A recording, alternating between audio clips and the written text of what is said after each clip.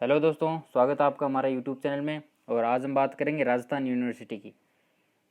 दोस्तों, राजस्थान यूनिवर्सिटी राजस्थान में सबसे पुरानी यूनिवर्सिटीज़ में से एक है, जो कि जयपुर में स्थित है। उसकी स्थापना 8 जनवरी 1947 को हुई थी। उस समय इसका नाम था यूनिवर्सिटी ऑफ राजपूताना, जो कि 1956 में बदल कर रख दिया यूनिवर्सिटी ऑफ राजस्थान। तो इसमें पोस्ट ग्रेजुएशन के लिए, यानी आपने ग्रेजुएशन कर लिए और पोस्ट ग्रेजुएशन के लिए इसमें एक टेस्ट होता है जिसका नाम है URAT-PG, यानी university of Rajasthan admission test for post graduate. जैसे कि आपको MA, MCOM या MSc करनी हो तो आपको यह एग्ज़ाम देना होगा। तो अब देखते हैं एग्ज़ाम से रिलेटेड कुछ इंपॉर्टेंट डेट्स। तो पहली है ऑनलाइन एप्लीकेशन फॉर्म, जो कि लास्ट वीक ऑफ मई में रिलीज़ होती है। यानी यूनिवर्सिटी हर साल मई के लास्ट वीक में ऑनलाइन एप्लीकेशन की डेट रिलीज़ करती है। तथा last date of online application form है सेकेंड वीक ऑफ, यानी यह कम से कम 10-15 दिन तक रहता है। फिर एडमिट कार्ड की बात करें तो वो थर्ड वीक ऑफ जून में, ठीक है। तो जून में इसका एडमिट कार्ड जनरेट हो जाते हैं और एग्ज़ाम होता है फोर्थ वीक ऑफ जून, यानी जून के फोर्थ वीक में इसका एग्ज़ाम हो जाता है।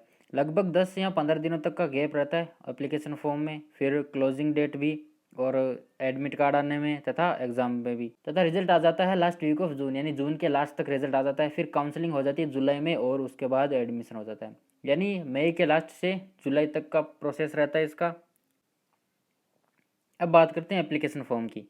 The aspirants must be bearing bachelors degree from the reputed board having 55% marks, यानी आपके पास जो ग्रेजुएशन की डिग्री है तो उसमें कम से कम आपके 55% मार्क्स होने अनिवार्य है, तभी आप एग्ज़ाम दे सकेंगे।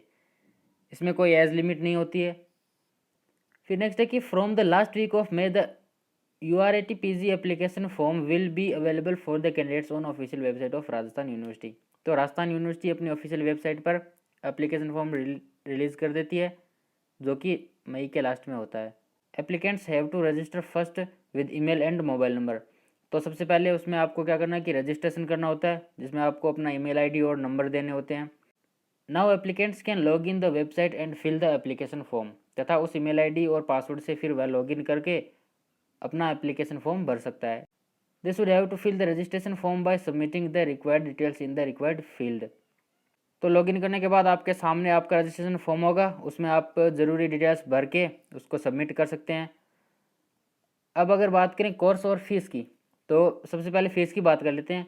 तो अगर आप एक सब्जेक्ट का भरते हैं तो आपके जनरल एंड अदर कैटेगरीज, यानी जनरल और EWS जिसमें, तो उसकी लगेगी 700 रुपये और SC ST की लगेगी 550 रुपये।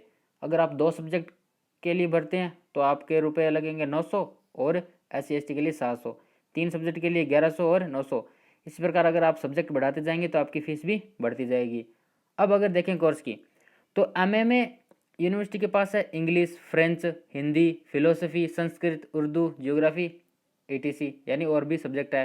MCOM में देखें तो ABST, master of cost control and accounts ABST, business administration, economy administration, financial management, corporation, और भी ऐसे बहुत से कोर्स MCOM में। फिर MSc की बात करें तो MSc में botany, physics, chemistry, mathematics, geography, zoology, home science, यानी मेनली अगर कोर्स देखें तो MA, MCOM, MSc।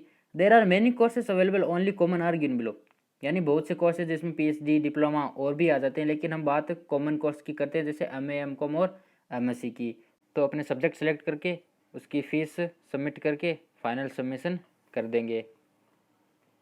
तो एप्लीकेशन फॉर्म जमा होने के बाद अब बात करें अगर पेपर पैटर्न की, तो दोस्तों मैं बता दूं, पेपर पैटर्न को लेके एक कन्फ्यूज़न सा रहता है। अगर आप ऑनलाइन गूगल पर या कहीं पर सर्च करेंगे तो आपको एक अलग पेपर पैटर्न दिखाई देगा, जिसमें बताया गया है कि सेक्शन होंगे 2, जिसमें जनरल अवेयरनेस और सब्जेक्ट आएगा। टाइम रहेगा 1 घंटे और 15 मिनट का, जिसमें क्वेश्चन आएंगे 10 तो आएंगे जनरल अवेयरनेस के और 60 आएंगे सब्जेक्ट के।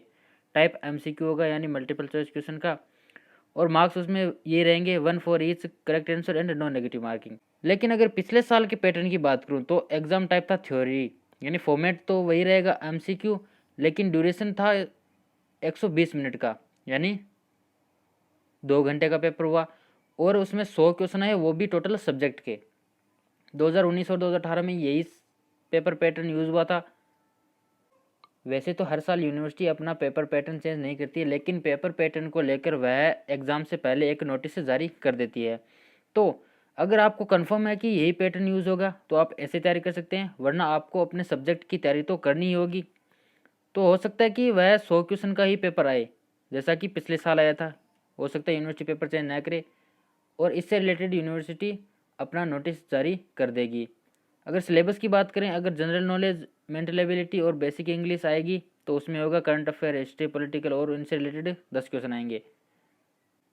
और सब्जेक्ट की बात करें तो जो आपने अपने कॉलेज में पढ़ाई की थी वही सारा सिलेबस रहेगा। आपके तीनों सालों का उसी सब्जेक्ट के कोर्स आएंगे, उसी सब्जेक्ट से रिलेटेड क्वेश्चन आएंगे। अगर कुछ चेंजेस आते हैं तो यूनिवर्सिटी अपना नोटिस जारी कर देती है। पेपर के बाद अगर बात करें रिजल्ट की, कट ऑफ और मेरिट लिस्ट की बात करें तो उसमें cut off scores are required by the aspirants wanting admission in PG courses, MA, MSc, MCom. यानी जिस भी कोर्स में वो एडमिशन लेना चाहता है तो कम से कम उसके कट ऑफ मार्क्स से ऊपर उसके मार्क्स होने चाहिए। The cut off marks are the minimum marks needed by them to take admission. ठीक है, कट ऑफ मार्क्स से अगर नीचे आपके नंबर होंगे तो एडमिशन नहीं होगा। 70% of your paper score and 30% marks of your graduation score. ठीक है, तो रिजल्ट किस प्रकार अनाउंस होगा? रिजल्ट में आपके जो पेपर में आपका जो स्कोर हुआ है उसका आएगा 70% और आपके ग्रेजुएशन जो टोटल स्कोर है उसका 30% मिलाकर फाइनल मेरिट उसकी देखी जाएगी। When they have satisfied the marks, the selection will be done and then will be considered for admission। ठीक है, अगर आपके नंबर सिलेक्शन के क्राइटेरिया में आता है तो आपका एडमिशन वहाँ पर हो जाएगा। The students getting a result will be required to participate in counselling. इसके बाद आपको काउंसलिंग में भाग लेना है। After that the university will produce the merit list. तो फाइनल लास्ट में वो मेरिट लिस्ट अनाउंस कर देगी। तो इसी प्रोसेस में आपको कुछ डॉक्यूमेंट्स होते हैं, जैसे कि आपके रिजल्ट की कॉपी और आपके कॉलेज के तीनों सालों की मार्कशीट, उसके साथ 10th 12th की मार्कशीट, फिर डोमिसाइल यानी मूल निवास और कास्ट सर्टिफिकेट आदि सब डॉक्यूमेंट्स आपको यूनिवर्सिटी में जमा करवाने होते हैं। फिर उसके बाद आपका एडमिशन डन हो जाता है। तो एडमिशन के बाद अगर आपको हॉस्टल में रहना है तो उसके लिए आपको ऑनलाइन अप्लाई करना होगा हॉस्टल के लिए। Admission to hostel will be based on your bachelor degree courses. यानी हॉस्टल में एडमिशन के लिए जो लिस्ट लगेगी उसमें आपके जो कॉलेज की परसेंटेज है, यानी आपने अंडर ग्रेजुएशन में कितना स्कोर किया है उस हिसाब से आपको एडमिशन मिलेगा। The university presently has 19 hostels, जिसमें 8 बॉयज़ और 7 girls in campus and 4 outside the campus. जिसमें से 15 हॉस्टल तो कैंपस के अंदर है और 4 कैंपस के बाहर है। In the description box there is a link of guidance of hostel.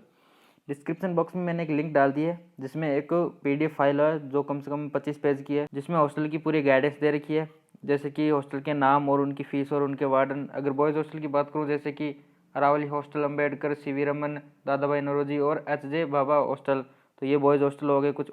और गर्ल्स हॉस्टल में कस्तूरबा हॉस्टल, लक्ष्मीबाई, माही हॉस्टल एवं मालवीय हॉस्टल। तो उस PDF से आप वहाँ सारी हॉस्टल की गाइडेंस देख सकते हैं। तो बस आज के वीडियो में इतना ही। आई होप आपको वीडियो अच्छा लगा हो और मेरी सारी इन्फॉर्मेशन आपके लिए बहुत इंपॉर्टेंट हो। ठीक, तो मिलते हैं नेक्स्ट वीडियो में, बने रहिए हमारे साथ, तब तक के लिए गुड बाय।